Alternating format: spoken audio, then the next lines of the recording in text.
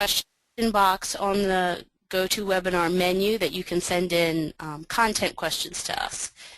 Okay?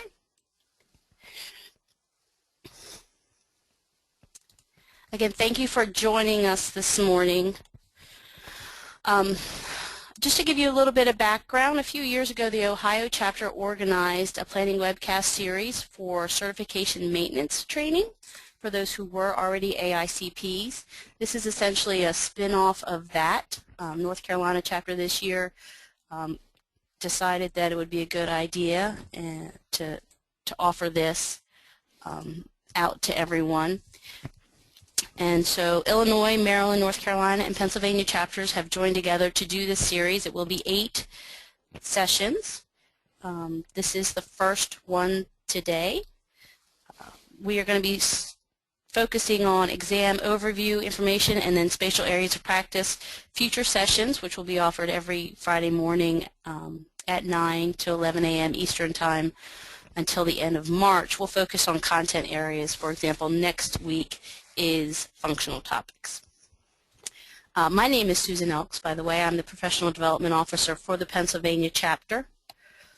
Joining me today is Mark Stivers. He's the Director of Planning and Development with East Hempfield Township. He is also a member of the Professional Development Committee for the Pennsylvania chapter of APA.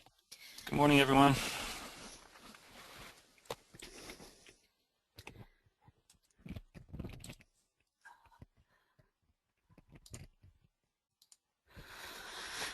As I said, today's background is exam overview, a little bit of what and why of AICP, and then test background and tips on the overall exam and a little bit on the different areas. And then Mark is going to handle the spatial areas of practice. One question that we have for everybody who's out there today is where you are in the process, and that will help us to kind of direct our direct the session today a little bit. So I've just sent out the poll if you want to respond to that. Basically, if you are approved to test, that would be for this May cycle. If you've applied but you haven't heard yet, or if you're just kind of at this point in time thinking about AICP and whether you want to be doing that or not. So I'll give just a little bit more time for people to respond to that.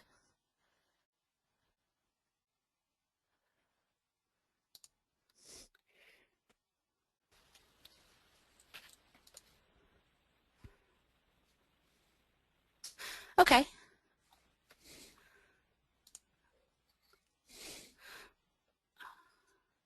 It looks like most of our group is thinking about applying, about half of you. And then it breaks up. Applied and waiting to hear is about 30%, and approved to test is 19%. So it breaks up a little bit evenly. Half of you may be testing this year, and half of you may be testing sometime in the future. Okay.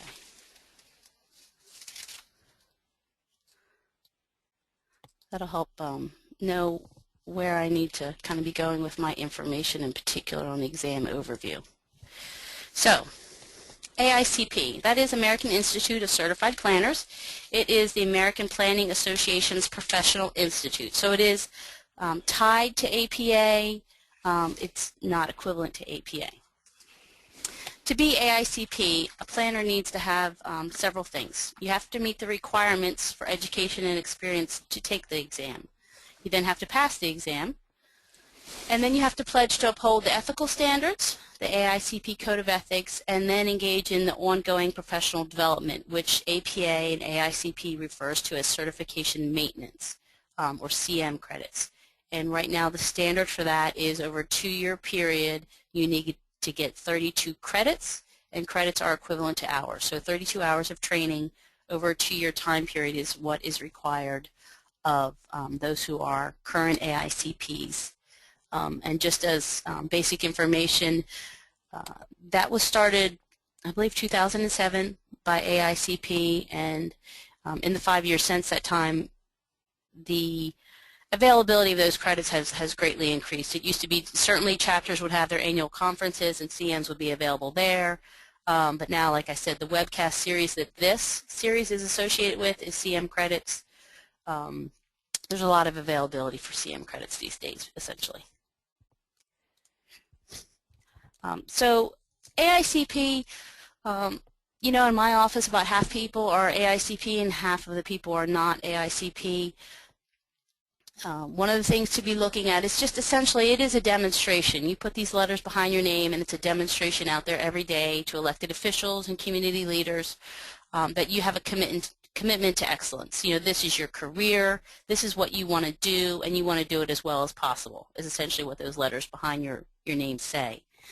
And then just a little bit more practically, I guess, you know, when you go to apply for jobs, a lot of times, as soon as you get out of entry-level positions, job postings will say AICP is preferred. Some will say AICP is required.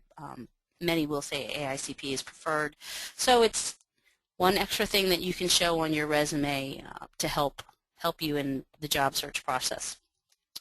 And salary survey. APA does do a salary survey. I'm not sure if it's every year or every other year. They just did send it out to current APA members right now. And one of the things they track is AICP versus non-AICP. And just, you know, across their membership, AICPs do earn more money. For equivalent education and experience, someone with AICP has a higher salary in general through that survey that APA does. To be eligible to test and to become an AICP, you do have to be a current member. You can become a member as soon as you're applying. You don't have to do that in advance necessarily. The application is online. That's where you have to justify your education and experience. The fee is $495 currently. And then, of course, you have to pass the exam. All of the details about all of this are, of course, on the APA website, but in particular in the exam candidate bulletin. It has every last detail you want to know about this. So if you are getting close to applying, essentially, go to the website, print out the exam candidate bulletin. If you ever have a question about a deadline or anything of that nature, you need to be checking the bulletin or contacting APA.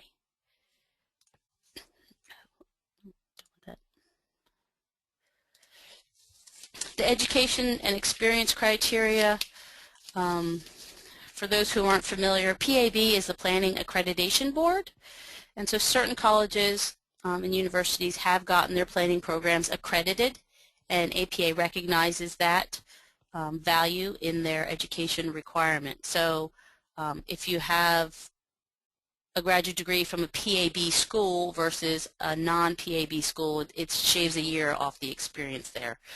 For example, I know the University of Pennsylvania is accredited by the Planning Accreditation Board. Temple University in Pennsylvania has just been accredited. If you go get a planning degree from a different university in Pennsylvania, however, you know, that's non-PAB.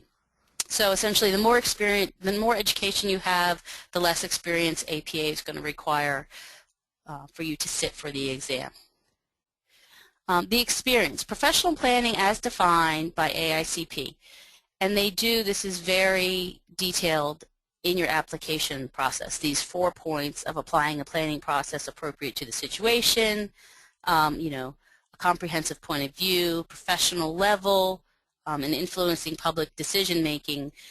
When you submit your experience, you have to essentially address each and every single one of these points. You know, how you did these things in that job, or APA is going to return it to you as either incomplete or just denied. So pay close attention to these points when you are writing up your experience to qualify for your 2 years or your 3 years or your 4 years or whatever it is you need. You need to go back through however many jobs it takes for you to cover that time period for you, and then you have to address all 4 of these points for that particular position. And I would definitely, when it comes to this, print out the information from APA about, you know, they give you more detail on on exactly what is applying a planning process appropriate to the situation. Print that information out and then go into a Word document and write up your experience. You can do a word count that way, you can spell check it that way, and when you are satisfied with it, then copy and paste that back into the application that is online. It's much simpler to do. And APA does have nowadays a minimum and a maximum word count for justifying your experience. And they always had a maximum, and I think they added a minimum at some point in time to help people understand that they really are looking for detail here. You don't have to write pages and pages, but 4 sentences is not going to be enough explanation for them. Your verifications, you do have to send in, of course, physically to APA verifications of your employment and your degrees. Definitely check your dates carefully for this. You know, if you need to have 2 years of experience, your letters from your employers need to support that 2 years entirely. And that is from your date that you apply, or in the case of if you're using your current position, don't get them to write the letter 3 months early. If you need, if you need your experience through the end of December and you're applying in the beginning of January, you need your employer to write and date their letter, January 1st or something like that, because APA for your current position will take the date of the letter as it comes in. So be very careful with your dates, and if you have any questions, again, contact the PDO in your state or contact APA directly. It's not something you want to get caught up on later. APA will tell you you're incomplete because you lacked 3 weeks of experience or something like that. It's because the date on the letter was simply a little early. So it's just something to be careful of. The test windows, there are 2 test windows a year. They're 2 weeks long. The test window is in May. The application for that is due in January. It's open for about 5 weeks, and you'll hear around the March time period if you've been approved to test for the May cycle. The second window is in November, and that application is due in the July time frame. You'll hear approximately in September.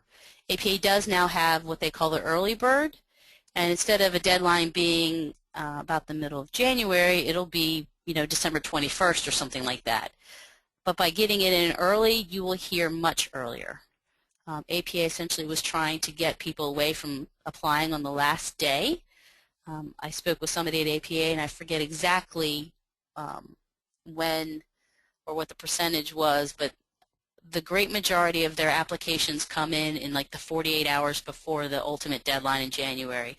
They would much prefer people to apply earlier, so they put in the early bird process where they guarantee you a much earlier notification, and then that just helps you to better prepare for the exam. So APA does encourage early submissions. If you are approved to test, or ATT as it is referred to at times, or if your application is incomplete, you'll be notified by email. If you are incomplete, that does mean that you are automatically kicked to the next cycle. You are, if right now you were informed by APA that your application was incomplete, you will not be able to test in May. They aren't telling you incomplete so you can send something else in. They're telling you incomplete, try again for November if you want. So just be aware of that distinction with being called incomplete. If you are denied, that will be issued by letter, and if the letter isn't clear, you can certainly contact APA and ask for some detail on exactly what you were denied for, and so perhaps you lack some piece of information that you can add in and then be approved to test. You do schedule on your own to take the exam. It's with Prometric. The approvals that APA provides for the exam, they're good for 4 exam cycles. So if you were approved at this point in time, that approval is good for all of this year and all of next year. But APA does assume that you are going to test in May. And if you're not going to test in May, you need to let them know that by a certain date, and then they basically hold you over to the next cycle. But there is a deadline to inform them of that. Again, that's a detail that's included in the exam candidate bulletin. So be checking into that if you think that might be an issue for you. If something comes up and you're thinking, you know, May is not going to work out for me, I think I'll hold off till November, you need to let APA know that. For the test centers themselves, just a couple little things. Definitely arrive before your scheduled test time so you can get through paperwork issues. You do not want to be taking up your test time with showing them your ID. And definitely make sure that your ID matches your approved to test form. So I know some people in the past have had problems with, well, I always, I drop off my first name and I use my middle name and, things like that. Your approved to test should match whatever ID you're walking into the building with. They do provide calculator, paper, pencil for you. You're not allowed to take anything into the testing room. And just again, APA is happy to answer questions, so ask them when they come up. Don't wait and find out that you have to pay a fee or that you're just not going to make the cycle. APA is more than happy to answer questions for people. The test itself is 170 multiple choice questions. That does include 20 sample or test questions that are not being scored for you, but APA is essentially checking to see if they're good questions that, approximately the right number of people get right. They're not too hard, they're not too easy, there's not a flaw in the question. So there's 20 sample questions that are thrown into the mix. You won't know which ones they are, but they're in there. So there are 150 questions that count for your score, 170 overall that you need to get through in the 3.5 hours that you have for the exam. You do have a brief tutorial before the exam where you can essentially go through just the setup and become familiar with sitting at that computer station and clicking, the answers and things of that nature. That's not in that 3.5 hours. You have the 3.5 hours for the 170 questions. The questions are weighted, so scoring is on a scale. Generally speaking, the pass rate is around 65%, and it has hung around that area for years now at this point, as far as I can tell. APA did clarify in the past couple of years that of the 150 questions that count, a person needs to get 110, 115 of those correct, depending upon the weighting of the individual questions and things of that nature. So that's kind of like a mid-70s score to pass the exam.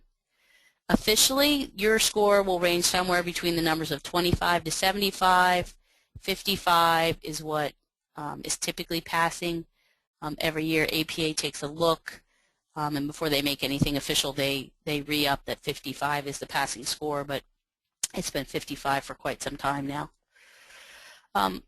One important thing to note in terms of just your preparation for the exam, the test questions were last updated in 2008. So while APA has been putting out 20 sample questions here and there, they haven't added any new ones in since 2008. That means there are no 2010 census questions on the exam currently. APA has stated that they're going to update the exam in 2013. I don't know if that means they're going to work on it in 2013 and put it into effect in 2014. Or if in May of next year it will be new exam questions. But for those of you who are testing this year, you can be safe in knowing that there's no 2010 census data on there and essentially nothing since 2008 on the exam. And one thing to keep in mind about that is people frequently say, oh, go back through the planning exams or the planning magazines and you can kind of get a feel for what's going to be on the exam. If you're going to do that, obviously look through the planning magazines from 2008 and earlier. The ones from 2009 and since are not going to be the most helpful to you at this current time anyway.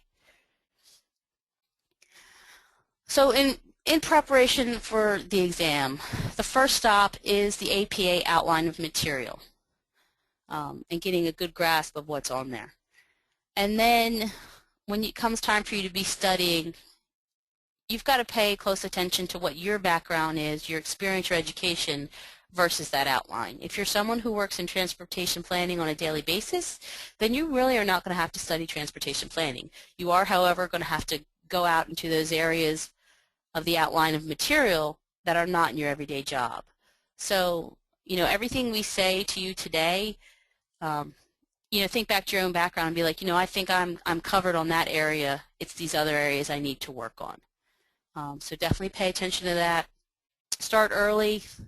It seems people are more successful if they start about certainly 3 months out in advance, if not a little earlier, depending on your study habits. But to study, multiple times a week instead of sitting down once every 2 weeks and studying for 7 hours. That doesn't seem to be very effective for people. Certainly identify your weak areas and work on them more and more frequently. Some people really love study groups. They can definitely be helpful to kind of talk out different, maybe some of the ethics situations, or to just cover some. I've seen in study groups where people essentially they assign sections of the content material and say, you go write us up a good 5-page summary of this and bring it back to the group. I'll take this area and do the same. Whatever works best for your study habits. And then practice exams. I've never had anybody complain essentially about practice exams, except for maybe thinking some of the questions weren't entirely realistic, which can be true. But in general, people really do seem to benefit from sitting down in front of a computer and running through a practice exam just to get themselves in that mindset of taking an exam. Because for some, certainly, it might have been a while since you took an exam in that format. So back to the test content, just to run through this. Spatial is 15% according to the APA outline of material. History, theory, and law, all of those combined is 15%. Functional is 25%. Plan making is 30%. Public participation and social justice is 10%. And the AICP Code of Ethics and Professional Conduct is 5%. Certainly in looking at this, pay attention to the fact that spatial, functional, and plan making, together those are 70% of the exam. And those areas lend themselves to questions that are approach and process or more scenario-based. Instead of being a question that's about 7 words long, it is a paragraph description of something, and then, what do you do next, or what's the best course of action, those type of questions. So that goes back to what I was saying about some practice exams seem to be heavily weighted towards more simplified questions. The real exam is more heavily weighted towards what I would call these process and approach or scenario-based questions. This actually breaks down to 45 questions for plan making, 38 for functional, 23 for history, law, and theory combined, 22 for spatial, 15 for public participation and social justice, and 7 for ethics.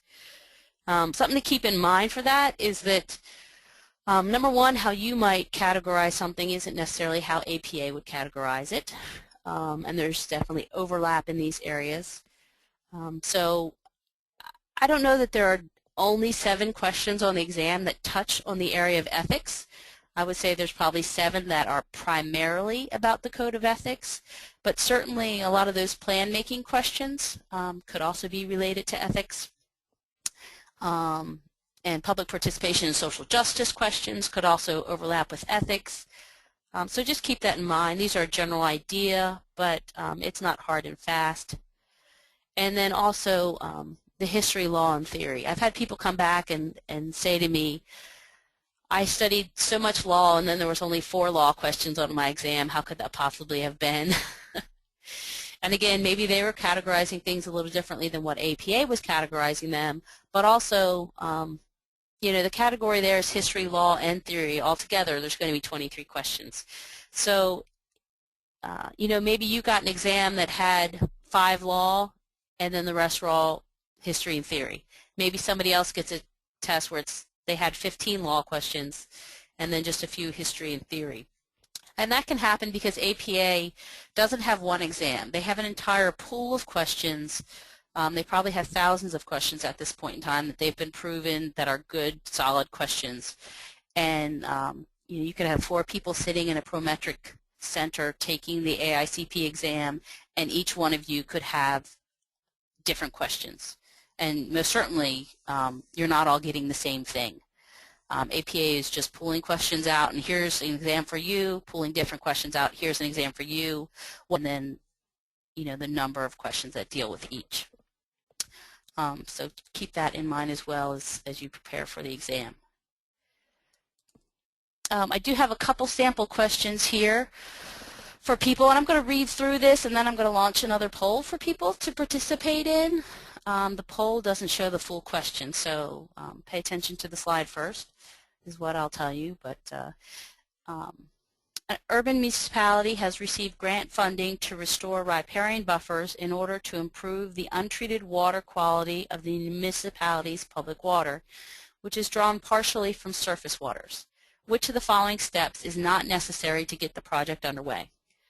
A. Research existing databases for information on water quality within the source water's watershed. B. Determine ownership of parcels along surface waters within the municipality. C. Review aerial photography to assess conditions adjacent to waterways within the source water's watershed. D. Research the most effective riparian buffer restoration methods for water quality improvement, such as differing buffer widths and vegetation type. And E. Contact adjacent municipalities that contain any of the source water's watershed. Okay, so that is our first sample question. As I said, we do have a poll for that. Let me send that out to you now, and you can respond.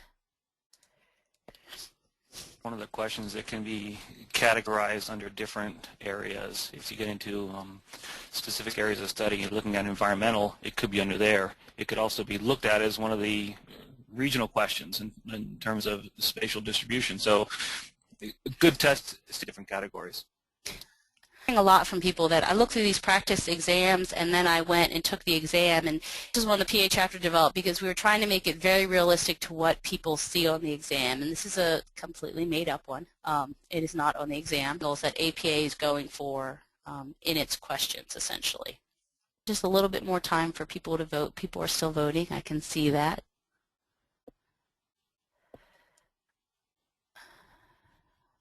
Who's going to participate at this point in time? So I'm going to go ahead and close this poll. Fairly evenly split for the lead between B.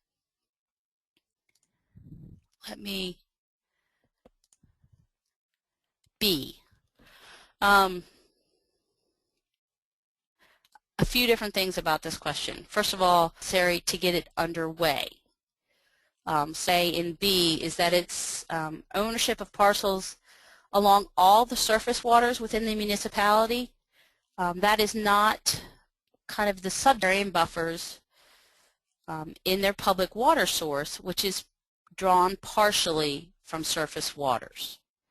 So in looking at that, you're supposed to kind of think of a municipality and go, okay, they've got a lot of different surface waters, but they're only using some of them for their public water. Since this grant is specific to the public water, it's got to be directed towards these surface waters that they are drawing from for their public water. So determining ownership along all of the surface waters in the municipality, a certain amount of that would just be a wasted effort. And definitely some of the other areas are all, kind of early steps. You could argue over, is C happening before E or is E happening before C, but generally speaking, they're early steps in the project. B should never be an early step in the project, at least not to the extent of all the surface waters in the municipality. So that's one question for you. The second sample question, which we're going to do a poll on this one as well. Advocacy planning is associated closely with Paul Davidoff and Saul Alinsky. Which of the following was the significant effect of the advocacy movement? A, assisted single women with children find employment. B, caused social planning to move from backroom negotiations into the public forum. C, reduced the need for more environmental documentation. D, created economic stability. All right, so let me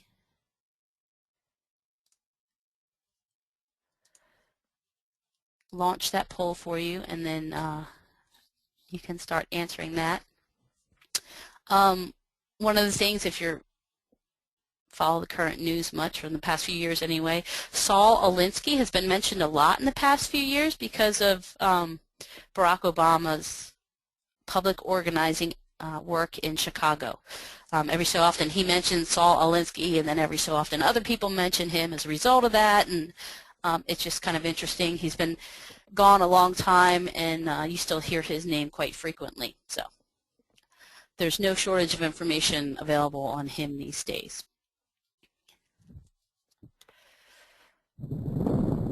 And see, this is a little easier question, I can tell from my polling. I will go ahead and give just a little bit more time for people to vote on this, and then share those results. Okay, I'm going to go ahead and close this now, and then share the results. And most people got this correct. Cause social planning to move from backroom negotiations into the public forum.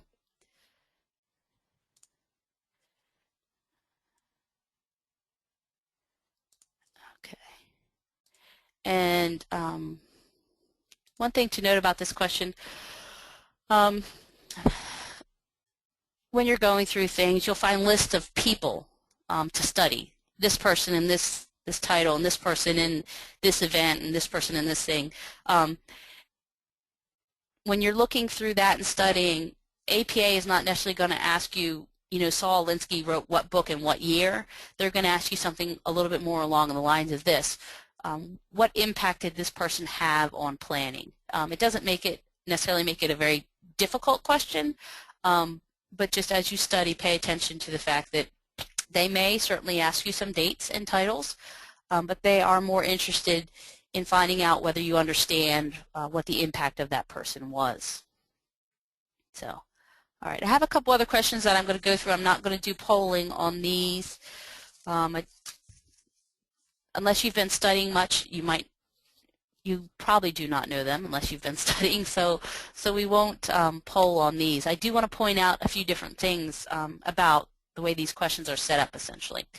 So this one is, which of the following court cases is or are concerned with takings, and then it lists 4 different court cases, and then it gives you this, maybe just the first one, or just the second one, or the first and the third, or the second and the fourth.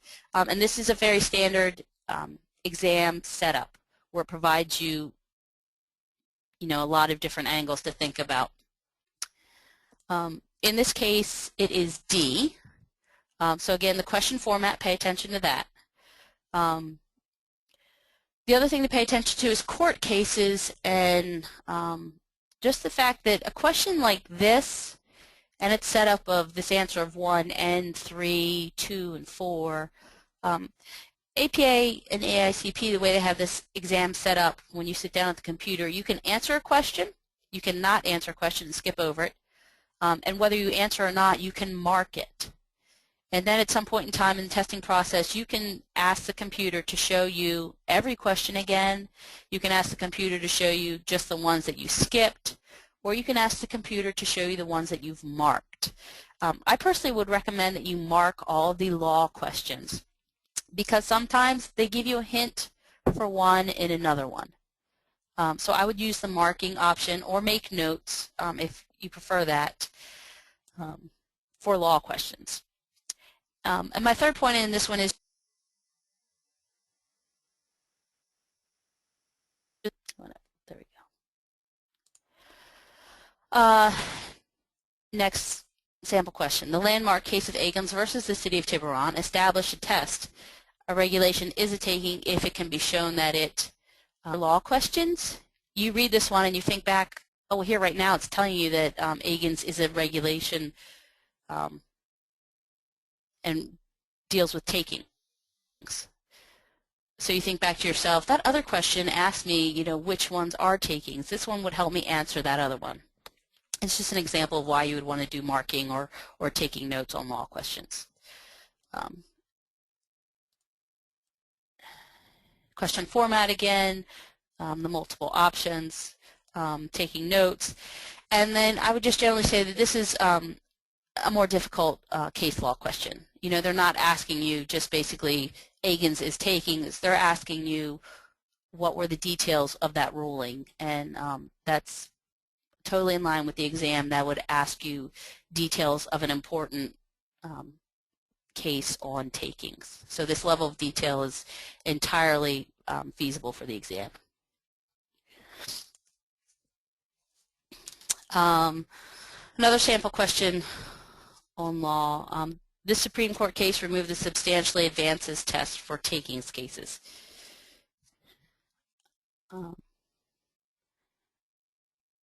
And then this is D. And this is, again, understanding the different case law and then the relationship between the different ones. Agins versus Tiburon created substantially advances. Lingle versus Chevron removed it. Again, just the type of detail that you need to know about the different case law. I think, yes, I have one more sample question for you. Which of the following pieces of federal legislation focused on slum clearance? In this case, it is C, the 1949 Housing Act. And we throw this question in here just to show you essentially that when you're looking through your study materials and you're looking at these different housing acts that came down at a regular clip, kind of, this is the level of detail that you want to remember about the different ones. And I do want to point out, I just showed you, I think, 6 sample questions, and 3 of them were law, and that is not how the exam will be. It's not 50% law. I think, generally speaking, the questions that you will run into, more of them will be along the lines of the first question, and less of them will be this type, although a question of this nature can certainly be in there. But generally speaking, most of them are not going to be this short and direct, I would say, but certainly some of them are. Okay, so preparing for the exam, the first thing I would say to you is that you have to get a comprehensive study source. And I'm certainly going to advise you that you should go get the Pennsylvania Chapter Professional Development Committee study notes because they're free.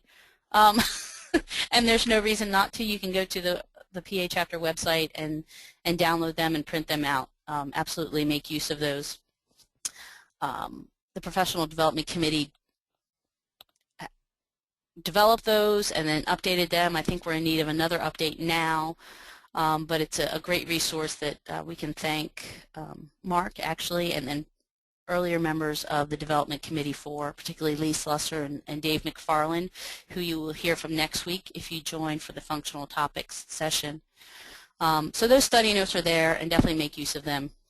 2 other comprehensive study sources that are out there that I feel very comfortable recommending either one to people from looking at them and seeing them myself and then feedback from other testers.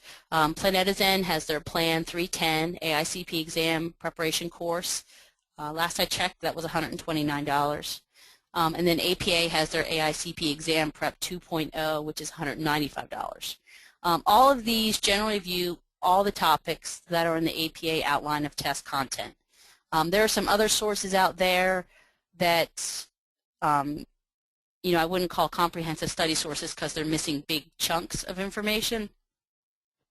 That doesn't mean they're not useful. It just means that they're not comprehensive. The Planetizen and APA, both of those include practice exams. So, as I said, a lot of people find it very useful to sit down and go through a practice exam that they can sit at their computer and run through 150 questions just like the exam. So people find those very useful. Planetizen and the APA study guide both have those. Planetizen is certainly more interactive. You sign up for that. You can watch some videos, I believe, with that. You can email people questions. You can chat back and forth with other people who are taking the course at the same time. And of course, it's web-based, and you can kind of pick and choose when you're going to view different things and things of that nature. So it can certainly fit in anyone's schedule. But it's the more interactive of the two. The exam prep, you get the study guide, and you get a CD with the practice exams on it. Both very useful. It's just a matter of what suits your study habits a little bit better. That's what I would say about those. The PA chapter, our website is noted there. When you go across the top bar, there's a Career Center heading, and AICP exam is under that, and that is where you can find the Professional Development Committee study notes. And then we also have prior prep session, PowerPoints, some ethics presentations, ethics scenarios, and then also how to obtain the Chapter President's Council manual. And most every single chapter has copies of that, so you can go to your chapter and ask them if they have it if you decide you want that resource. But that's what the PA chapter has on their website. Some other chapters that have a great deal of information on them. I didn't write down here specifically what other chapters have, but these are 5 chapters who definitely have a great deal of information on them. There could certainly be more, but these I'm sure of, and I'm sure that they're current.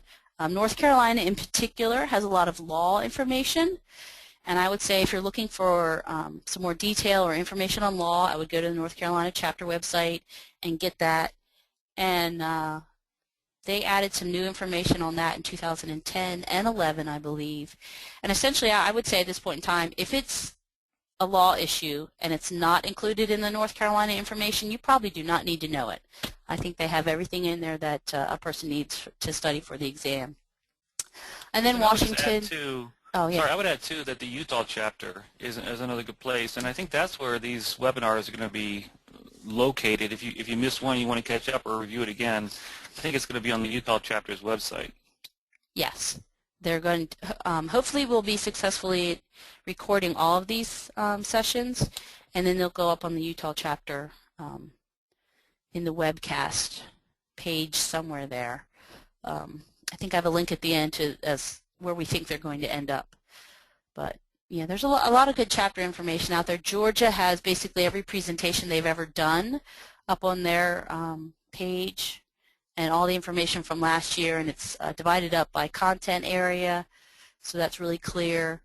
I believe it's Florida that has specific links to suburbia pages where there's discussions. So just a lot of good information out there. Certainly check your own chapter, but I would look at all these at least to some extent. APA obviously has lots of information. The exam prep, which you can buy from APA. Sometimes you can also borrow that from your chapter. You just have to check with your chapter if that's a possibility. The exam prep guide is really not much use to you, so 2.0 has been out now, I think, 3 years. The ethics code, one thing I would say about that, I think on the exam prep page, but there's actually more information than code to the ethics page. They have, for people offering CM training on ethical scenarios, and so that can be very useful to review. Policy guides, I think, are very important, and very important in particular for areas that you might not be familiar with. It will give you a rundown of what's important in an area, and then also what APA really thinks is important and what APA thinks should be happening in this area. And policy guides, I mean, there's policy guides on surface transportation and food system planning and just, you know, a variety of issues.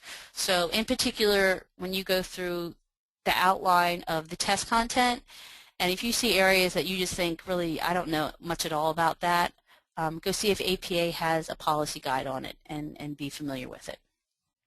Some legislative information, some top 25s. These are several years old now, but you know, 2000, 3 was not that long ago. And you know, if in 2003 APA decided that a case was one of the top 25 planning cases ever, it's still important to know. It's definitely something you should know for this exam. And then the timeline, or in places you'll see it called the Pathways of American Planning History. I think it takes a little bit of searching to find that on the APA website. Sometimes it's a little bit easier to Google it. I believe it's also included in the PDC study notes. But it's a really important, very long, about 8 or 9 pages for sure, timeline. But it gives you a really good indication of, you know, people and events and law cases, and just a ton of information in there. So definitely get that and print that out and be familiar with the items that are on that timeline. A couple other sources, Planetizen in general, planningprep.com. It is free now, and I think the reason they've made it free is because they haven't updated it in a little while. But I think there's still some useful information there. And as I said, since the exam itself hasn't been updated since 2008, I think some of the information on planning prep is still very useful. You can do electronic flashcards. Studystack.com, and the screenshot up in the upper right is from that. You can just search APA or AICP and it will generate flashcards for you. There's apps to now create flashcards. The oyas.org legal site, I wouldn't go there unless you're really confused over a particular law case, and I would certainly check the North Carolina chapter information first. The Colorado chapter link that I had prepared recently, 2009 I believe it was, it's not on their website anymore. You go to click the link and it just takes you nowhere. I did actually email the Colorado chapter PDO yesterday to ask him if there was some way that that could come back or be put somewhere else, because it was a good timeline and a little bit more interactive than the one that I noted on the previous slide. But we'll see if hopefully that'll come back up on the Colorado. Saved messages from before, and you know, maybe like the chapter president's council, you can get that through your chapter most times. I do not list that as a comprehensive source. While it has some very detailed information on certain areas, transportation for one, I know it has a lot of information on transportation. But then there's whole sections of what the current test content. So again, I just want to go back and show you this top Planetizen or the exam prep, or if you go to planning prep or some various other sources with practice exams, don't memorize the specific questions. You know, use them to test yourself and understand how well you know the topics that they're talking about. And certainly don't let them kind of confuse you as to how the real exam will be. That's the most common complaint I've heard in general about practice exams, are that, you know, it's a practice exam and 18 questions were, you know, one-line question with 3-sentence or 3-word answers, and that's not how the real exam goes. You know, questions are fairly complex for the most part on the actual exam. And they do require a mix of professional judgment and technical knowledge. So they're not all, you know, this answer is very clearly this, this, or this. It's more of a think through this and what's the best answer for this particular question.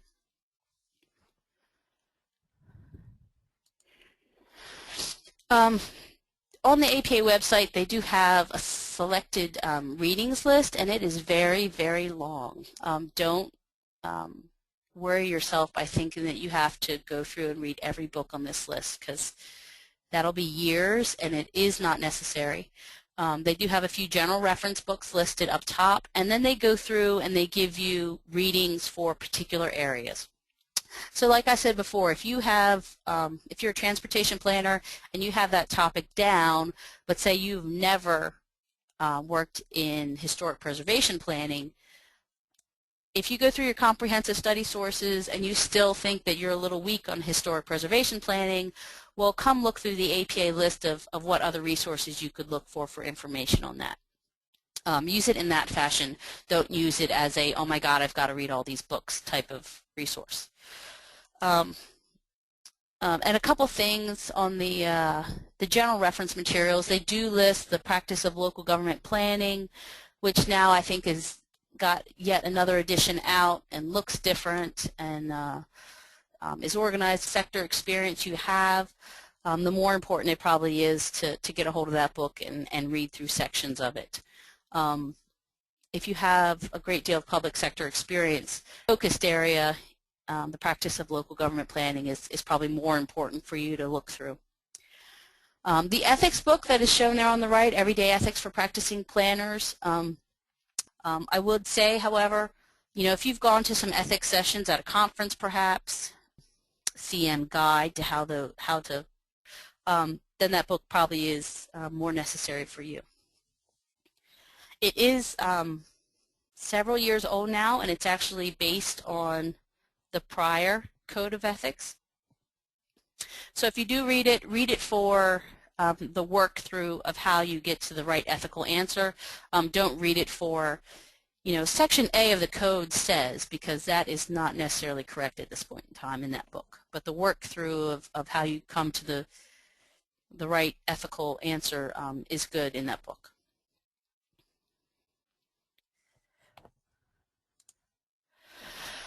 So some of these are some very general test tips. I'm not going to go through all of them. I will say the test is long. 3.5 hours is a long time, so don't cram the night before and stay up all night. Not a good idea.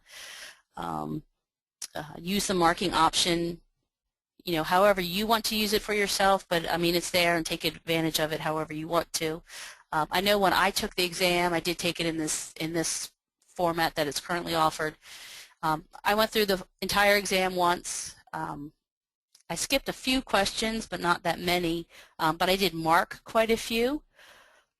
And then when I got through everything once, I went back through and I looked at all the ones that I had marked and went through those. And I think I might have had to go through those twice just to kind of compare back and forth to questions. And then I said, you know what, I'm done. I know I've heard people say, oh, you should definitely go through the entire exam twice. I went through the entire exam once. I went through my marked questions twice, and I said, there's no way I'm looking through every question. I'm tired. It's been 2.5 hours. That was plenty of test taking. And at that point in time, I really didn't feel like going back through questions that I felt fairly confident about on the first go through would be of any benefit whatsoever. So definitely get a good night's sleep before the exam. And then just at the bottom, the Think National and Think APA. If in your state you have some planning quirkiness, like Pennsylvania does, don't carry that into your study preparation, and don't carry it into the testing room with you. It is a national. I want you to know that there's something strange going on in Pennsylvania in the way they do things. So AICP exam is not the exam for planning ought to be done. This is what APA wants planners to be doing. When you take the exam through the question, you'll look at the answers and you'll think, this is wrong and this is wrong, but these two here, both of those seem kind of okay. And at that point in time, that's when you really have to start thinking back about APA policy guides and things of that nature, and the ethics code, and the focus on public participation and social justice and things like that. And what is the best answer? What does APA want you to do as a certified planner? So that's what I would say about in terms of thinking APA when it comes to answering questions. So after all that, we can do some questions on exam overview if people have sent them in, or we can move on to the spatial planning, if people want to do that.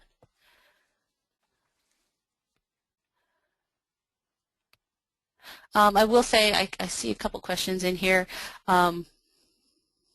Is it possible to make these slides available for note-taking prior to the webinar? That's a good point. And I think we can probably get that worked out somewhere along the way. We'll have to see about whether that would be, you know, chapter by chapter basis. Like Pennsylvania chapter is presenting this session. We are presenting next Friday. So if we can post our slides, it would probably be to the PA chapter website next Friday. I'm not sure if we can get it together to have them posted in one central location necessarily. We will, however, definitely after the fact, these will be posted. Whether our recording is successful or not, the recording will go on the Utah chapter website. The slides themselves will absolutely go on the Pennsylvania chapter website.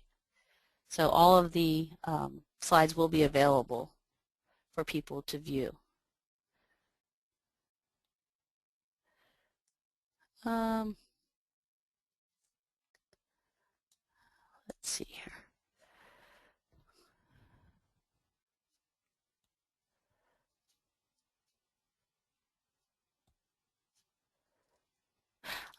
Someone had a question about the Planetizen course that's currently for November, and that just may be a timing issue. I'm not sure exactly if they,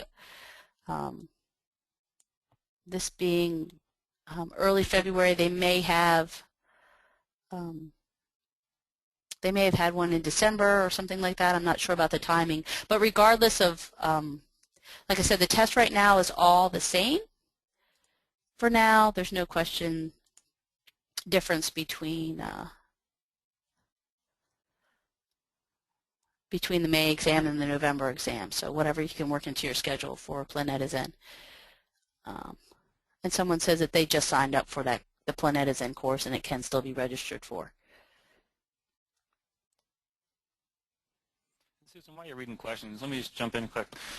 One of the things that I know helped me a lot is to join a study group. If there's one that your chapter is organizing or people want to get together, that has always been, and when I took my exam and as I've helped other people prepare for the exam, a great way to prepare. One is if you get a group of people together. I know I helped with a group that met in Philadelphia. They had a set time, so it encouraged you to stay with your studying.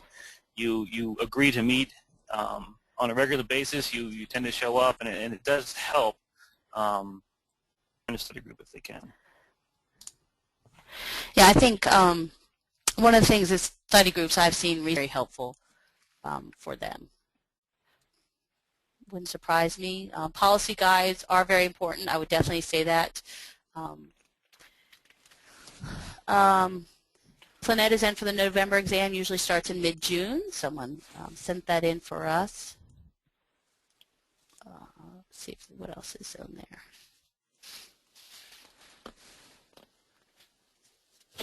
As I said, definitely the slides themselves will go up on the PA chapter, and hopefully the overall recording with the slides included will go up on the Utah chapter.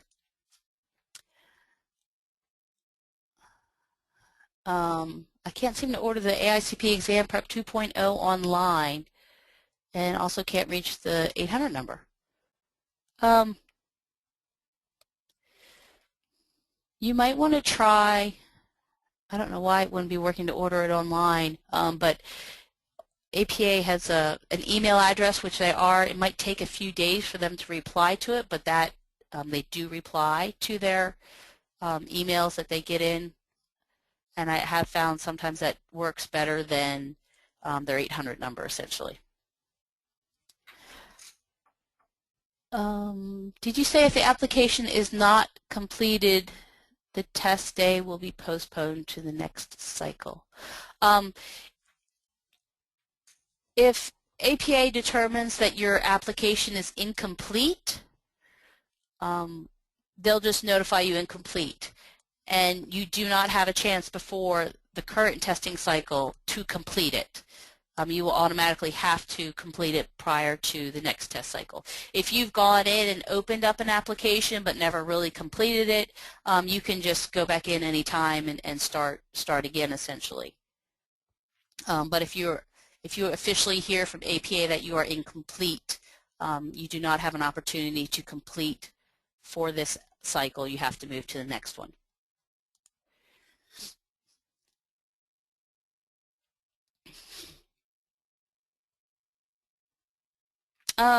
Someone did not do their job verification and degrees. I think they might have missed that deadline. I would call APA or send an email to APA on that one.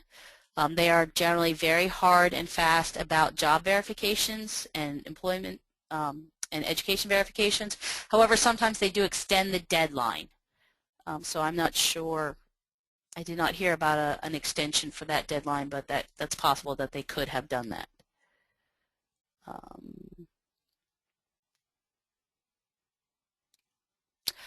If you were accepted to test, you should have gotten an email from APA that would explain like when your ATT would be coming and things like that. And if a certain period of time goes by and you do not get it, call APA. Absolutely. It's like I said, it's definitely better to call or email them instead of going, well, I guess that's okay. Like I would not guess that anything is okay. The 170 questions versus the 150. The 150,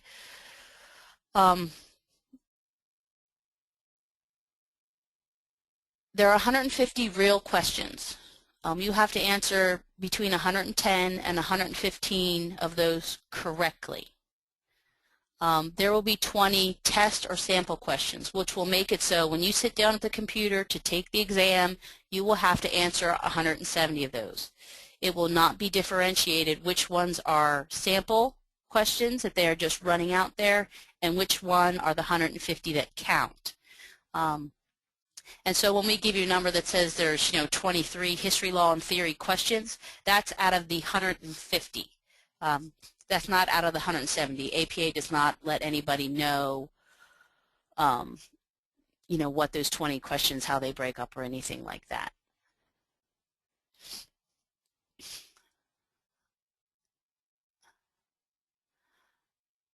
Someone said the acceptance email said that we will be contacted to sign up for the test. I would give about 3 weeks. From the time you get your first acceptance from APA, I'd give about 3 weeks before, waiting for the next thing. If you don't hear anything, I would contact them. Let me see.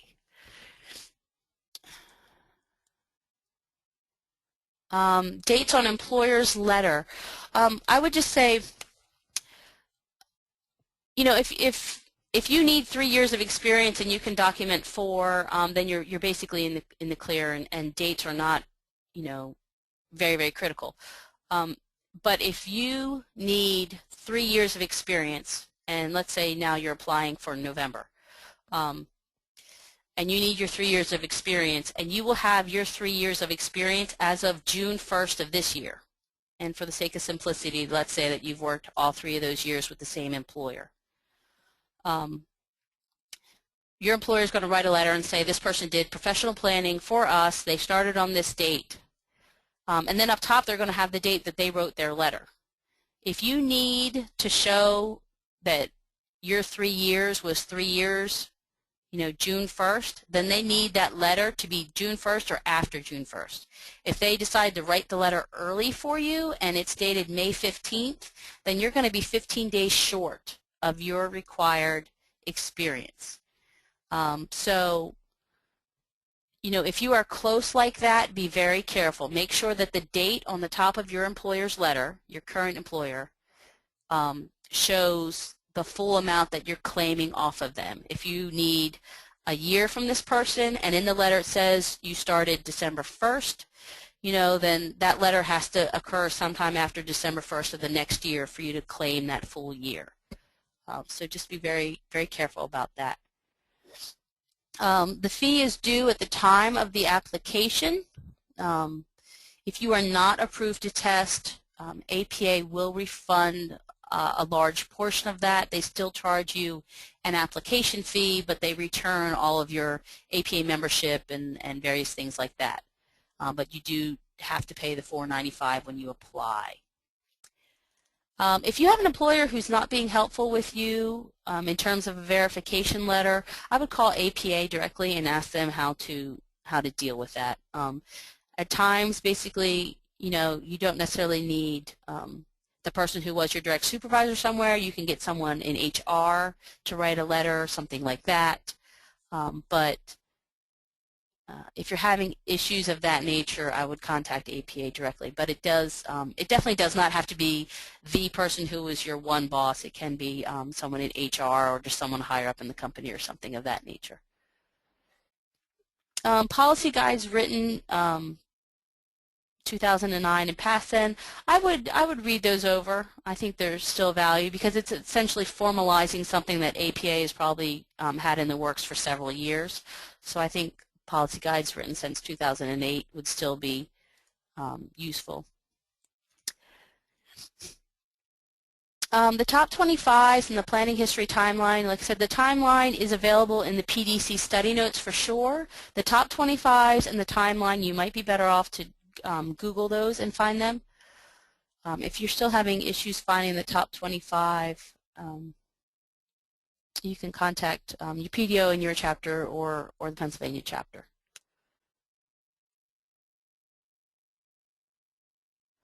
If you've already been approved to test, then your verifications were already submitted. If you were approved to test, you're approved to test that 4-cycle approval. You are not required to send in new verifications. Okay.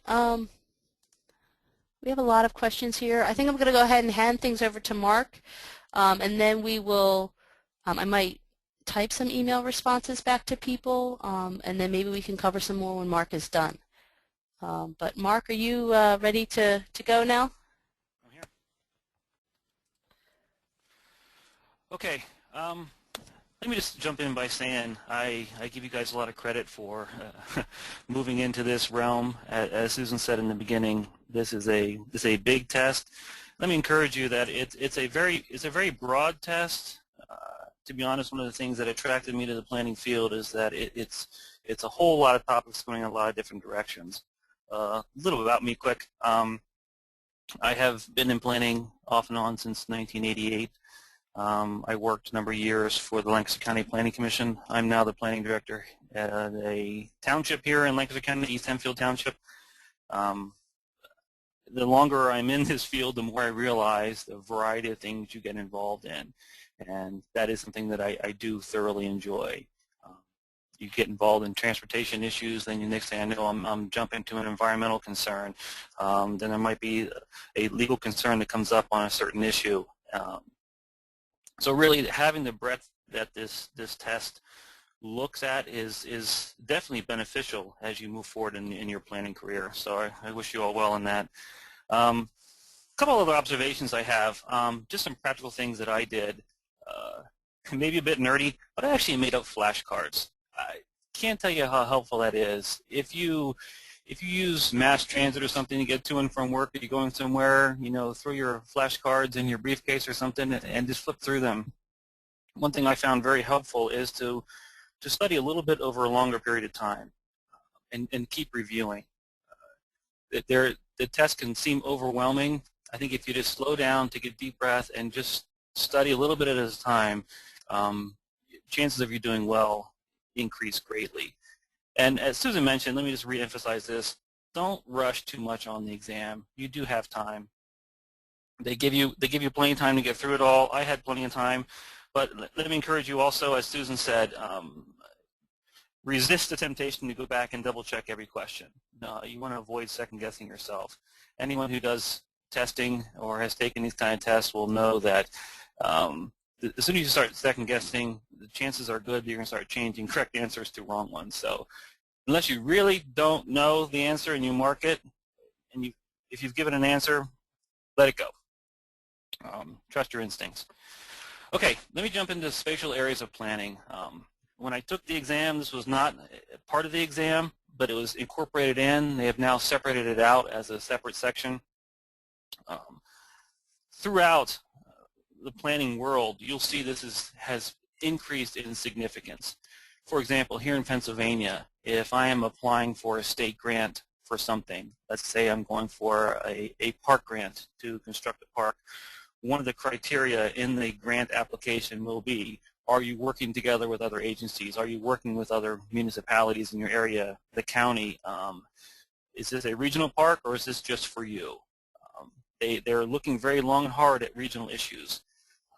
We are looking at some transportation funding issues right now as we are entering into our next transportation funding cycle. And one of the big questions that our DOT looks at is this a regional project or is this a project that just helps your municipality? So keep that in mind. I mean, it's not just for purposes for questions, but really is a big point in planning as a whole. Okay, let's just break it down one at a time. Planning at a national level. Planning really started out early on as a national influence. If you go back through the history of planning and you look at, like, I know the PA chapter notes are very good at some of the history things. That section Dave McFarland here in Pennsylvania put together. It's a great timeline. Look at that and know that. Don't memorize it, but have a good idea of the flow of how things happen. One of the big things that I'm dealing with right now, and I know it's a statewide issue, is MS4s. If you are involved in municipal or local government or county planning, this is a term that you will come to love to hate. It is based on the 1972 Clean Water Act, and it is now being pushed very hard. The Clean Water Act has been the subject of a recent executive order from the President coming down. It affects me directly because we are in the Chesapeake Bay watershed, and we'll talk about that more. But as part of the Chesapeake Bay watershed, we have directives coming down from the federal government saying this is what we need to do. So be familiar with these federal acts, the Clean Water Act, the Housing Acts. Susan had a sample question on those already. Look those over. Do not feel like you have to memorize them. Just be familiar with them. Be able to answer, a general understanding of what they are. Another one, Safety Lou. If you're involved in transportation planning at all, you'll know that that is the current federal Transportation Enabling Act for funding. It has been extended for a number of years. They are looking to adopt a new one soon, we all hope. But that may come up on a test, so know that one. That was adopted within the period that the test is testing, so look at that. Planning for multi-state or regions. Recently, if you were involved in any of the federal grant applications for the ARRA grants, you'll know that they really looked for, and they funded a lot of multi-state projects. They really like that. Tennessee Valley Authority. I have actually seen questions on this authority come up on the exam. Very important because it was one of the first examples of multi-state planning, dealing with power generation, dealing with flood control, and actually even dealt with job issues as they took old factories and converted them into producing fertilizer. So the Tennessee Valley Authority, if you Google it and look it up, you'll see it still exists. They are a power generating authority, but has had a lot of influence in the planning world over time, so know that one. Some other examples, Chesapeake Bay Watershed, I talked about that briefly. Sierra Club and EPA, there was a lawsuit that was filed. As far as I can tell, it's still ongoing, but it may come up because Sierra Club challenged EPA and said, hey, listen, you're not enforcing the Clean Water Act. What are you going to do about it? And there's been several cases around the U.S. that have looked at that. So EPA now is tightening up. And if you want to know, Lancaster County, we sit right about here. We are the subject of a lot of the action on Chesapeake Bay because of all the farm fields we have here, and that the major river that drains majority of Lancaster County, the Susquehanna River, is the primary source of fresh water for the bay. So we are right in the bullseye of EPA. I've actually had meetings with EPA recently to talk about MS4 and TMDLs. I don't know if TMDLs are going to show up on your test or not, but total maximum daily load. It's an evaluation of pollution levels in streams. Again, a good example of an issue that could be considered a spatial area of practice, but it could also be under specific topics, an environmental question. So again, don't panic, a lot to study, but good things to know. Port Authority of New Jersey and New York, created early on in the 1920s. It does a whole lot of work with looking at regional transportation infrastructure. Very, very forefront in the news right now because of the rebuilding of the World Trade Center Plaza. So you will hear that name coming up in the news. Would not be surprised if the Port Authority comes up on the exam. Other examples, Hoover Dam or Boulder Dam, huge power generating, considered one of the engineering marvels of the world, so to speak. But there was a lot of issues around constructing that. There were environmental concerns.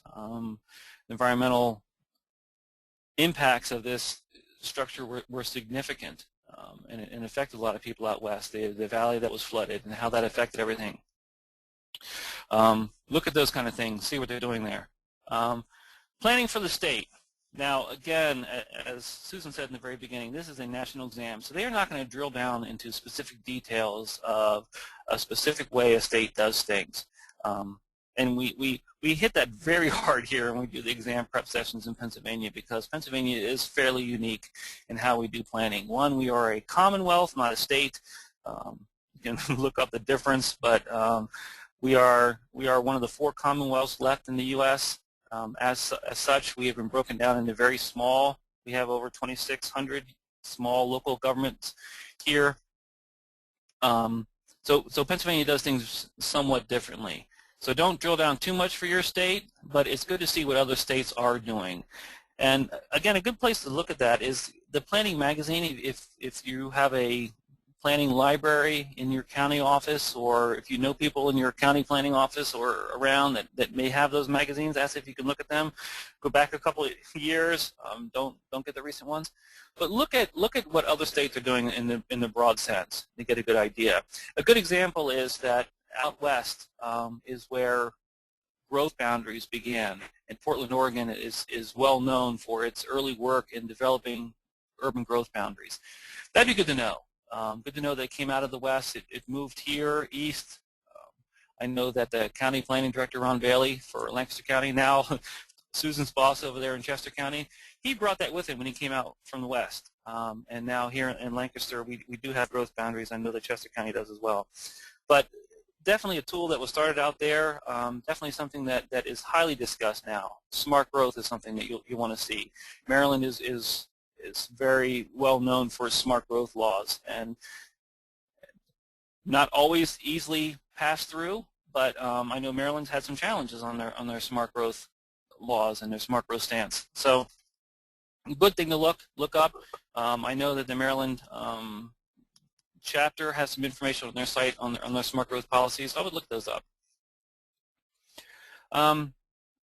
Dillon's rule. If you've never heard of that, if you've never have come across that, I would take some time to get to know that. Dillon's rule was based on John Dillon, who was a judge back in the 1800s, and he ruled in a case that said that the powers of local governments are granted by the state, and those are passed down by the state. It'd be interesting to look up. I actually had to do some research on that recently because Lancaster County was looking at a home rule charter for the county government, and it was based on a lot of Dillon's rules. So I had to go look it up just for my own work here. Good one to know. Good. It definitely shaped planning and how local governments are involved in planning across the U.S. Planning for subregions. A lot of times in planning for subregions focus around environmental and transportation issues, sometimes even park and recreation. Outer Banks is an example. Olmsted Parkway, if you're familiar around D.C., the George Washington Parkway is another multi-state. It crosses from Virginia into Maryland, good example. Also, sub-region or sub-state regions include MPOs, Metropolitan Planning Organizations, and RPOs, Rural Planning Organizations. look that up and get to know that. MPOs were formed to help state DOTs distribute funding. As you go on, you'll learn and understand that so much of what planning does really has to do with funding. If you look at why we do a census every 10 years, a lot of it has to do with the distribution of funds from the federal level and down into states and who gets what and how much. So funding is very important, and your MPO or your RPO is charged and tasked with the job of how to select projects for funding and how that funding is distributed. So get to know that. If you can, I would encourage you to, if there's an MPO meeting near you, you can get to it, go to the meeting, see what's going on there. And on that note, let me just say that if you are in private sector and you are not a public sector planner, my experience has been that this test is bent more towards public sector planning. So if your career experience has been focused mostly or entirely in the private sector side, I would encourage you greatly to get involved somehow, attend the meeting, get familiar, talk to public sector planners. Because when I took the exam, it seemed to me that most of the questions that were ethics bent towards a scenario that related to public sector planning. So it would be very helpful to make yourself familiar with that. And as Susan mentioned earlier too, if you have specialized in a particular region of planning, and I hate to tell you this, I have seen that transportation planners tend to struggle with taking the AICP exam because that field is very specific. Environmental planners may be the same way. If this is your area of expertise, this is what you studied, and you want to take the exam, make sure you broaden out and you spend a lot of time studying these other areas. You don't get bogged down with just your area of expertise. However, give a little plug. If you do pass the AICP exam and you want to go on, APA is now developing specialized certifications, and right now they have transportation and environmental. So if this is your strength and you want to go on, then there are specialized trainings that you can, specialized certifications that you can accept after you get your AICP. County level, hazard mitigation plans, growth management plans. Hazard mitigation has exploded, I know, on the eastern seaboard a lot recently due to hurricanes and flooding. I can tell you last year as a practicing planner, I spent a lot of my time dealing with the after effects of Hurricane Irene and Tropical Storm Lee as they came through. We had a lot of flooding here in Pennsylvania.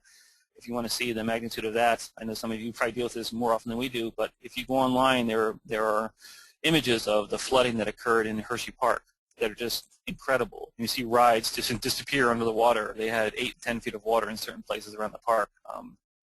Incredible flooding that we had. Has raised the awareness of hazard mitigation plans in the area. It's not new though. It's something that's been around for a long time, and so expect questions on that, on the importance of hazard mitigation planning and the things that impact that. Growth management, I will assure you there will be questions that are relating to growth management. It is a hot topic. It was a hot topic before this economic crisis and this housing crisis. Expect there to be questions. A big thing that planning does is to look at how to manage growth. It may seem like a newer term, but it really is the foundation of what planning does. So get yourself familiar with those terms and topics. Planning for urban areas, urban infill, redevelopment, those kind of things. Food distribution planning. Again, this will cross over to other areas, and you'll be getting more of this. I think Dave McFarland next week will be covering this in more detail. But those type of things are definitely for urban area planning and suburban areas. I work in a more suburban and rural township. We have farmland in the north part of our township here. We are very suburban in the lower 2/3. So we deal a lot with these issues, sprawl, transportation connectivity, infrastructure, water authorities, sewer authorities, how they work, how authorities work. These are all good things they like to grab and test you on. So make sure you're familiar with how authorities are constructed, how they're set up, what their level of authority is, what they can do. Aging in place has become a big topic here. I know that Dr. Deborah Howe at Temple University has done a lot of work on the significance of aging in place and how people are trying to who grow up and age in the place that they're familiar where their family is. And so aging in place has become a significant issue. I know you in Florida deal with that. Believe it or not, here in Pennsylvania, Lancaster County and around here, we are very significant in the number of retirement communities here. So be familiar with that. Plannings for small towns and rural areas. If you are a city planner, you work in a larger city, you may want to work on becoming familiar with the issues that small town and rural areas deal with. Services provided, infrastructure, character, economic development. And I know that the test goes back to 08, but economic development obviously is a hot topic right now for a lot of us. So those type of things are very good to understand and know. And not only for the exam, but for your own professional development. One thing that I've always said in these training sessions is don't look at this purely as just a way to get your AICP certification. I had stepped out of the field for a while to do some other work. When I came back in, I actually prepared for the exam purely just to study and become familiar with the significant topics that are coming on in the planning world.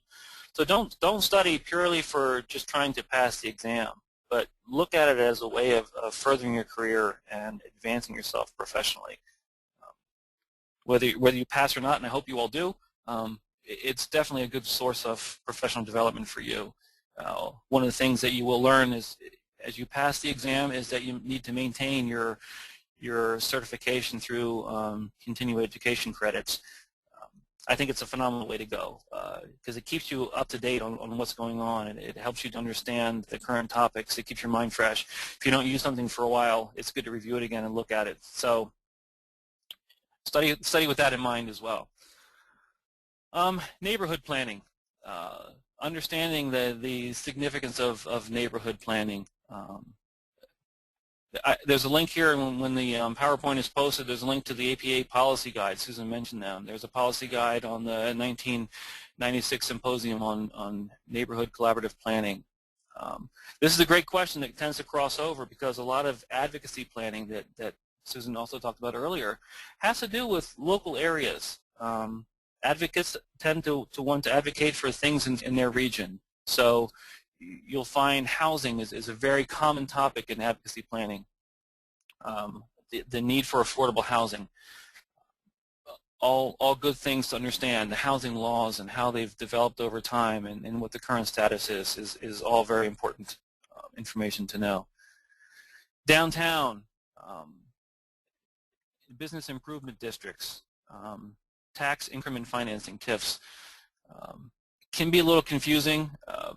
I think the best thing to know is not the detail of how to calculate them, but make sure you understand the terms. I think one of the things that we have encouraged over the years of people taking the exam is read a lot so that you're at least familiar with terms. If you've never heard of a TIF, if you have no idea what it is, it's going to be hard to answer those questions. If you've at least read it, you're familiar with, oh, that has something to do with tax financing or something, it's going to help you answer the question, okay? Don't let terms trip you up. Study that. I know that in the Pennsylvania chapter study guide, there's a good listing of all the key terms and things you need to know. Look at those. Be familiar with all of them. Traffic-related issues. Again, be familiar with the terms of transportation planning if that's not your specialty. Understand what a level of service is and how that works in a signalized versus non-signalized level of service calculations. Good things to know. Mixed use and density issues. Definitely related to growth management and planning. How you calculate density. we get into discussions here quite often on gross versus net density. Do you take the full 50 acres and look at your density there, or do you net out the undeveloped areas, the areas for infrastructure, etc.? Base your density on that. Be familiar with those kind of terms, how they work, how density is calculated, mixed use, the areas of mixed that are using now the mixed use term. A lot of times you'll see in an ordinance mixed use, and what they're mixing is commercial and industrial. Mixed use is not always by right a mix of residential and non-residential uses. So look at those things. Wayfinding, greening, there's a huge push right now for green, green everything, green infrastructure. I've been involved in some studies here that look at the urban canopy and percentage of trees in urbanized areas and how you can increase your urban canopy. It's a big issue with MS4 in terms of your water quality, but it is a growing topic. Many studies have been done on the effects of trees in the ability to reduce the urban heat island effect. Green roofs, green buildings, LEED, LEED certifications, different levels of LEED certifications. Living building challenge, a new one is kind of a step above LEED now. That's taking LEED to a new level. I don't know when that came into be, but these are good terms to be familiar with as they tend to pop up on the exam. Tourism, always a big one. Lancaster County, Pennsylvania being a tourist area, we are very familiar with this. We have at county level, we have a tourism planner who focuses on those kind of issues. If you're not in a tourist area, may not be a big issue for you, but if you are, you'll understand that. Agritourism has become a common term now. Looking at agricultural areas and how they attract tourists. Again, that's something that anyone around this part of Pennsylvania is extremely familiar with. We have farms that do tours. We have trails through the maze of corn, the maze as they say. Agritourism is a growing field and one to become familiar with. And it's a great way to get out in the fall. You can run through the corn maze. Visitability, kind of a term that has risen in the planning field. I apologize, it's not on the slides, but the ability for people with handicaps to visit other people has become a common topic now and a term that's growing in the planning field. The ability to go out and to visit your neighbors, ADA requirements and accessibility. So those kind of things are becoming important. So when you look at downtowns, you're looking at neighborhoods, those issues do tend to come up in their planning profession, but also expect to see those kind of things on the exam. Talked a little about this, corridor planning, transportation and greenway, trail planning, all good topics to understand and know. Again, don't go down into a whole lot of detail, just become familiar with these topics. Waterfront planning, a big issue. The environmental, the recreation issues, the hazard mitigation, flooding, accessibility, economic opportunities that occur along waterfronts. And so you can see how these topics tend to overlap and relate. Historic districts. Become familiar with the federal historic acts, what it takes to get a property on the National Register and what that means. Landmarks.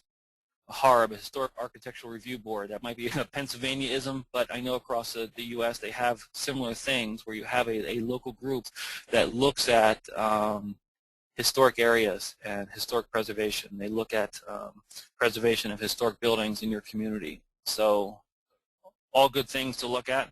And if you're up this way, of course, the Gettysburg Battlefield, always a fascinating place to go tour around. If you're a cyclist, great place to bike. Phenomenal bike tour. If you're a geologist nerd, there's some incredible geology sites out there. A little plug for Gettysburg. Go check those places out. Traditional town features each of the following characteristics except, I believe, Susan, this is one of our test questions. Traditional small towns, so they look at A, incremental growth outward from a core, B, low to very low density of development, C, open space around the edges, or D, street scaled for routine daily use rather than rush hour demand. Susan, you there? Do you have that test question? Yeah, do you want me to launch that one, Mark? Sure. Yes, please. All right, traditional. I'm going to launch that one and give people some time to vote on that. Mark, can you see the results coming in or no? I cannot, so okay. you can launch. All right, I'll let you know what those are. Again, if you're an urban planner, these are the kind of things you may want to focus on. What are the issues that are dealt with in small towns? Feel somewhat blessed here is that we have 2 small towns in my community. We are right next to Lancaster City, which is a growing city, and we have some of what we brag about, some of the best farmland in the U.S. So we have the ability to look at all these areas. Do we have results coming in? Yeah, we're just about up to where things are slowing down. Okay. So I'll give just a little bit more here and then close it in a few seconds. Right now I can tell you that B is in the lead with about 46%. A is at 25%. And then C and D are the kind of split, 15 and 13% between the two of those. So I'll go ahead and close that now and share it with everyone so you can see what the answers were. And this is a good example of one of the testing skills that we talk about often, and that is when you do this, read the question and then read the answers and then read the question again. So that you read the question, you go down the answers, you get a good idea of what they're looking for, then go back and reread the question. And a lot of times when you do that, you pick up a word you might have missed when you're going through. And this one, the word accept is brought out. It may not be that way on your test, but they're looking for what are the things it is not. And of course, a small town is jump to the answer, is not looking at low to very low density of development. Small towns, you want to see, you talk about open space, you talk about street scale, we're talking about incremental growth. We say outward from the core, that is definitely a plannerism. Growth happens where people want to develop, but definitely incremental. You want to be able to stage growth. You want to be able to stage growth for the ability to ensure that the infrastructure keeps up with the growth demand. Very big issue, whether you're talking about the exam or in practical planning. You get ahead of your ability to provide water or sewer service, police, fire, schools, etc. Get ahead of yourself. So incremental growth is a big deal, which is really the focus of growth management and what it talks about. But low to very low density, no, it's not going to be an issue you deal with in small towns. All right, let's go to the next test question. Neighborhood rather than regional planning may be more likely to address A, wetland and floodplain protection, B, airport accessibility, C, availability of grocery stores, or D, provision of overnight parking for 18-wheelers. Again, the question, neighborhood rather than regional planning may be more likely to address which of the following? I think Susan's launched that question. Yep, I just launched that one, and I do want to just let people know, people have been sending in questions throughout, and some of them are individual questions. Some of them, however, are useful for everyone, so I've been going back in and typing in responses. For example, someone sent in the link to the top 25. So I shared that back out with everyone. So people may want to look in their question bar in their go-to webinar menu, and because there's some information in there that's that they may want to see, like I said, links back out to some things and then some other issues. And we'll go through questions some more at the end that are relevant to everyone. And someone did ask if they could be unmuted and why wasn't everyone unmuted. And I will just tell people that we have right now on this session 348 attendees, so we can't unmute all of you. So that's why you have to send in your questions, and then we can repeat them back out to everyone and share them, or just send a response to you. But we can't unmute 350 people. So I think you have all the votes that you're going to get on this question, and I'm going to go ahead and close it and then share it back out. And it looks like yeah, 75% for C, and then 20% for D, and then just a few between A and B. So people seem fairly clear on this one. Yep, and it is C, availability of grocery stores. Yeah.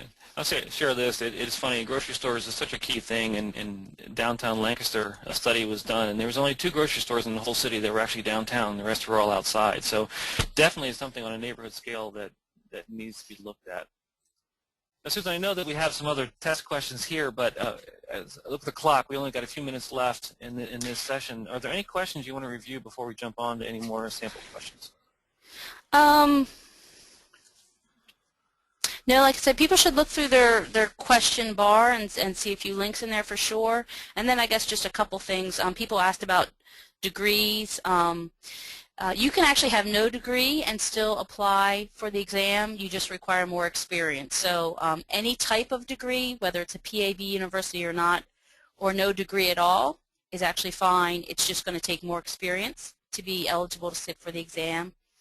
And someone did just send in and they noted and they just wanted to point out to everybody else, someone who has already applied and been approved, that the experience write-ups do take time. So start early on those, and that is a good reminder for everyone, particularly if you have several jobs that you have to go through to justify your experience. And then someone asked about the CM credits. It's 32 every 2 years, and then that is ongoing. So you'll have your first reporting cycle you'll do your 32 credits, and then you restart and you have to do 32 more. APA does allow you to carry over credits if you have them, up to 16.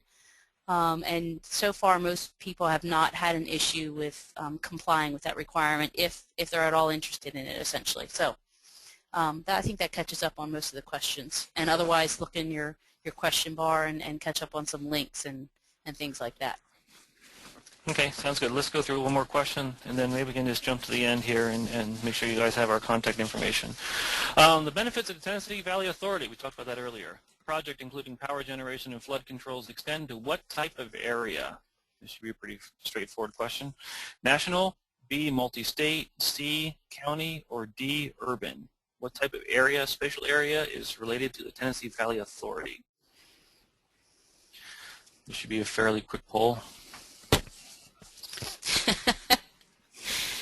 Yes, it's going to be a very, very quick poll. So far we're running at 96% for B, multi-state. So I think people are fairly clear on that one. So I did see one of the questions that came up is that we need to know all the acronyms. I know in the past when the test was first put out, they actually developed questions to try to trip people up on purpose. I think most of those have been filtered out now. If it's a very common acronym, they'll assume that you know it, like MPO. Something like Safety Lou, if you've never seen it, never heard it, I hope they spell it out, but I don't know. Don't take that risk. As I said earlier, try to be familiar with these kind of terms and these kind of acronyms, especially on the national level. If your local state or local community has some, those will not show up on the test, but be familiar with all the big national ones. All right, we don't have to poll this one necessarily, but which of the following is not true about a metropolitan planning organization? Is it over 250,000 population? B, do they funnel federal funds to transportation projects? C, do they maintain a long-range transportation plan for the region? And D, their decision-making committees can be comprised of local, state, and federal representatives. This one is actually A. The requirements are 50,000. This is the kind of stuff they do like to kind of test to see if you do know, if you're familiar with the criteria for MPOs. All right, and again, a quick review. Categories are not exclusive. You may want to study specific areas as you go through, but they do bleed over a lot. The complexity of the planning process grows as the planning area grows. We've talked about this several times. Things in planning are always happening. Things are changing. The Kilo case that happened several years ago up in Connecticut wasn't even on the radar years ago. Now it probably is one of the test questions because it really had a lot to do with the significance of economic development and can economic development be used in terms of taking. So, keep up. But again, as Susan, I believe said that the last test was when? In 2008, this last update.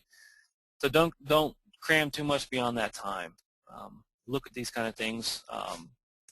And be familiar. Here's our contact information. If 300 and some people email us all with questions, it may take us a while to get back to you. But if you have a specific question and you would like some help or something that you think we can help out with, please feel free to email us. We'll get back to you when you can. Okay, with that, I think we're about done. Susan, I don't know if you have any other further follow-up or questions you want to hit. Yeah, let me just look here for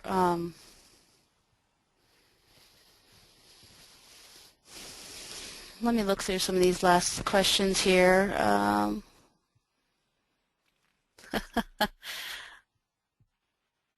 I think most of this we have addressed to some degree or another. Okay. Someone's asking if there's an exception for an amount of experience. No. They really, that is one that there's absolutely no exception for that one I've seen. The deadline has passed for the May exam, so you have to, if you have not applied at this point, you have to wait for the November exam. And like I said, those deadlines to apply come up early in relation to the exam itself. You know, APA has to go through every single one of these applications and make a determination. So the deadline for November is sometime in July. And keep in mind, I think it's about 600 people who test annually, and of course there's more people who apply who are not approved, so that you know, it's a lot that APA has to go through, so that's why those are so early.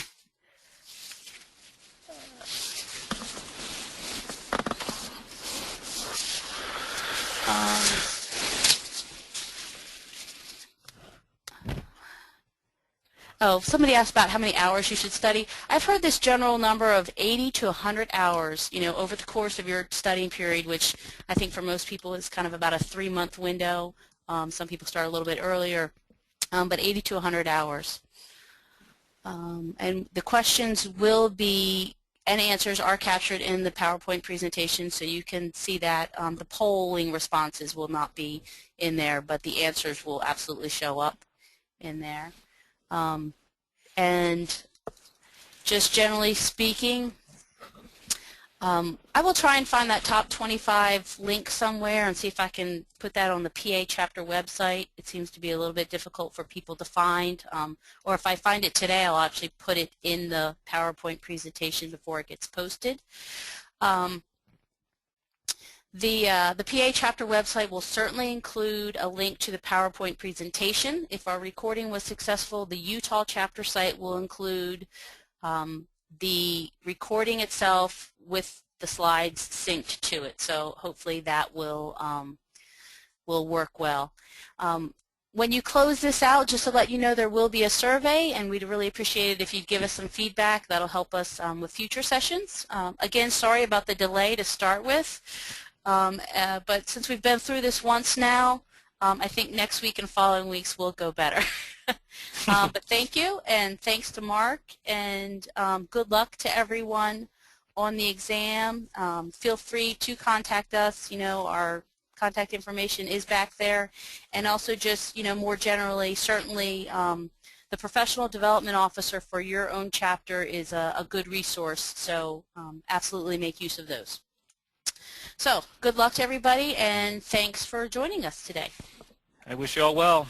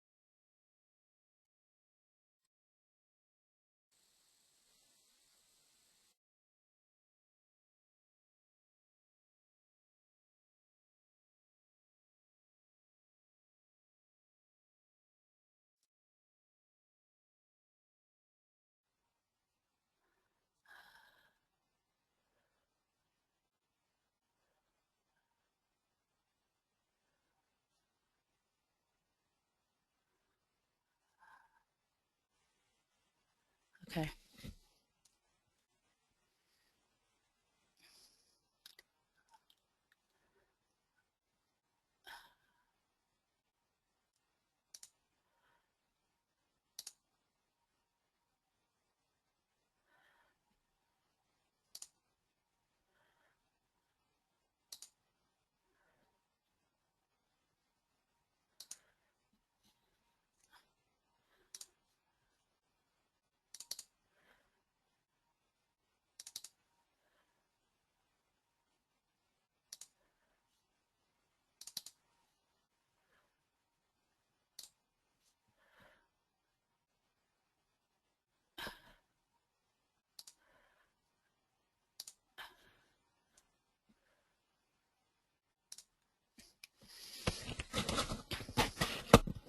Mark, are you still on?